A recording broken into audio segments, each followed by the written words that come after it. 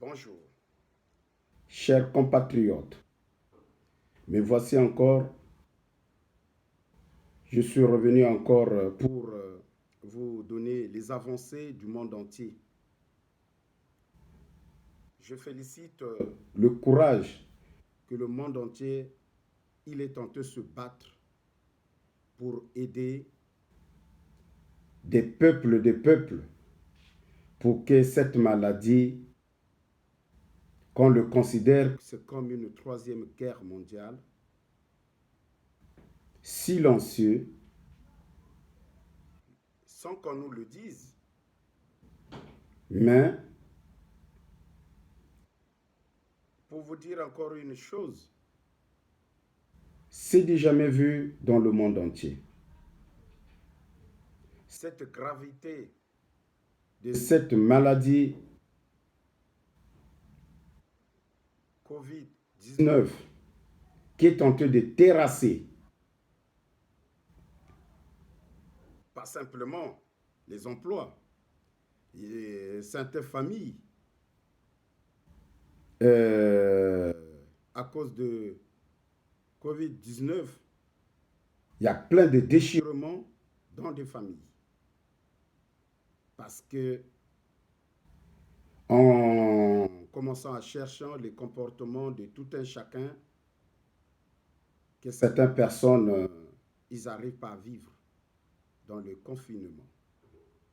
Je sais que si Nous tenons la main dans la main, les uns les autres, tout ce qui est passé dans le monde, nous allons gagner ce combat-là ensemble.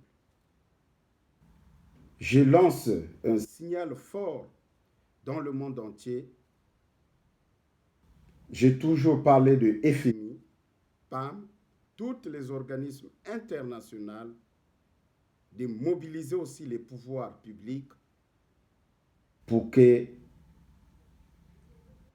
qu'on puisse réussir le quarantaine, qu'on puisse sortir de cette crise. Cette crise, ça ne se joue pas avec les armes. Mais c'est une maladie qui est arrivée. Chacun de nous est en train de prendre conscience. Surtout dans des pays De l'Afrique. Je crois bien que toutes les dispositions, Depuis que nous avons parlé, nos avancées, les aides, je salue tous les pays commencent à faire réfléchir en revenant en marche en arrière pour aider leur population. Je salue ce courage. Je reviens hier, Le Congo-Brazzaville et son président, le président de la République, Denis Sassou Nguesso, a pris ce courage, cet engagement de faire cette assemblée pour parler de coronavirus. Mais les mesures sont prises. Tant pis à ceux-là qui sont toujours là à détruire les mesures prises. Le Congo ne va plus Plus payer le courant. Le Congo ne doit plus payer de l'eau. Voilà, ça sont des premières mesures courageuses que le gouvernement l'a pris. Je le salue, comme j'ai toujours salué la Chine, les États-Unis, l'Espagne, l'Italie, la France, j'en passe, il y en a beaucoup de pays qui sont en train de prendre des mesures. Toutes choses faites, nous devons vous signaler ce qui s'est passé au Congo-Brazzaville. Je félicite ce courage.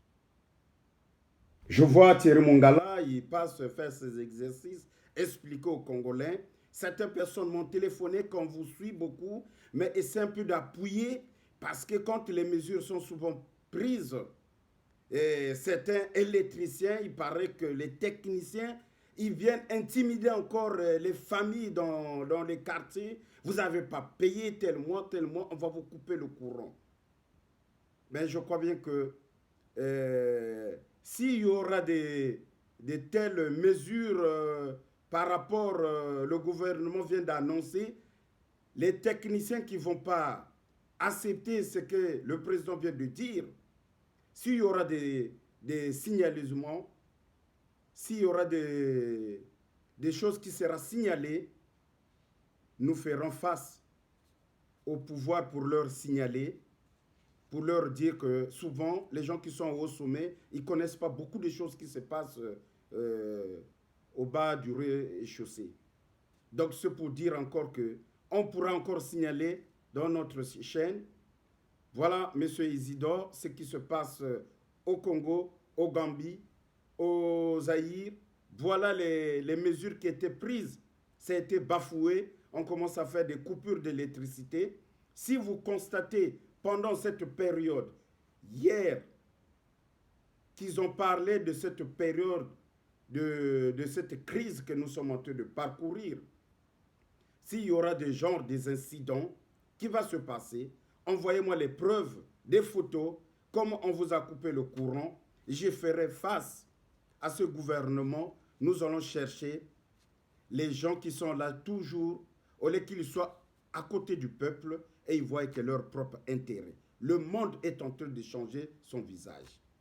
Voilà le but que nous sommes venus ici, c'est pour faire les sensibilisations qui est vraiment accepté. On vous a accordé d'abord les premiers soins, l'eau, le courant, vous ne payez pas.